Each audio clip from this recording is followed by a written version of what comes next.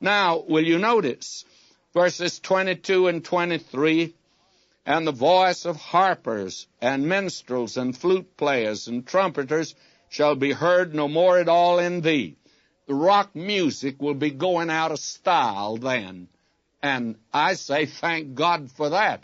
If they don't destroy Babylon for any other purpose than to get rid of it, then I say let's get rid of it. And we're just now getting around to that. And no more craftsmen of whatever craft shall be found any more at all in thee.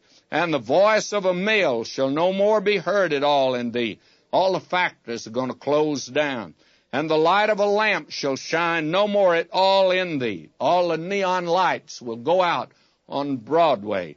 And the voice of the bridegroom and the bride shall be heard no more at all in thee. It's all over. No more marrying and giving in marriage here.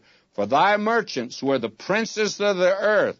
For with thy sorcery were all the nations deceived. And I believe that more and more we're going to see sorcery, magic, and this matter of demonism and Satanism will increase more and more as we draw near to the end of the age.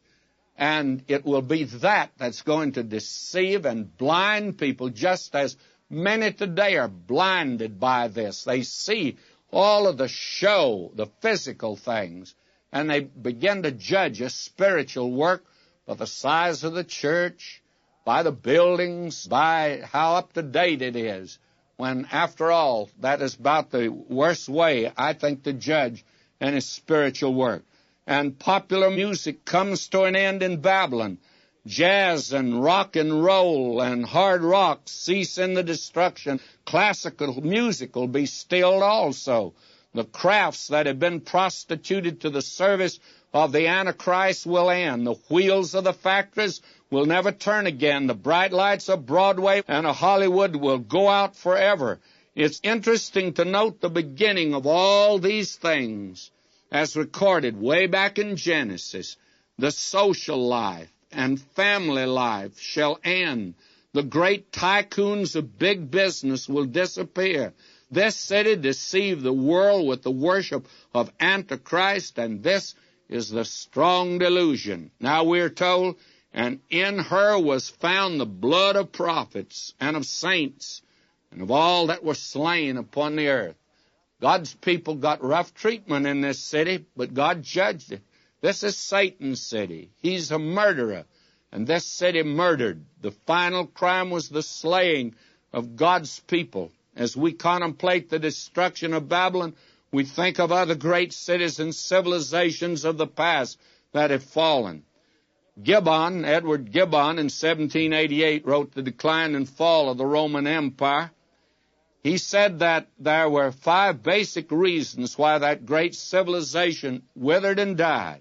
Let me give them quickly. First, the undermining of the dignity and sanctity of the home, which is the basis for human society. Number 2, higher and higher taxes, the spending of public money for free bread and circuses for the populace. 3, the mad craze for pleasure, sports becoming every year more exciting, more brutal, more immoral.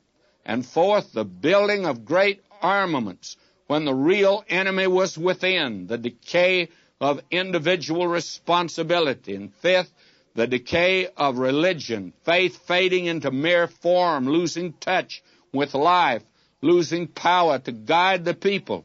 And the oft-heard warning that history repeats itself has an ominous meaning in the light of the above, and you can already see these 5 things at work in our contemporary culture in this country today.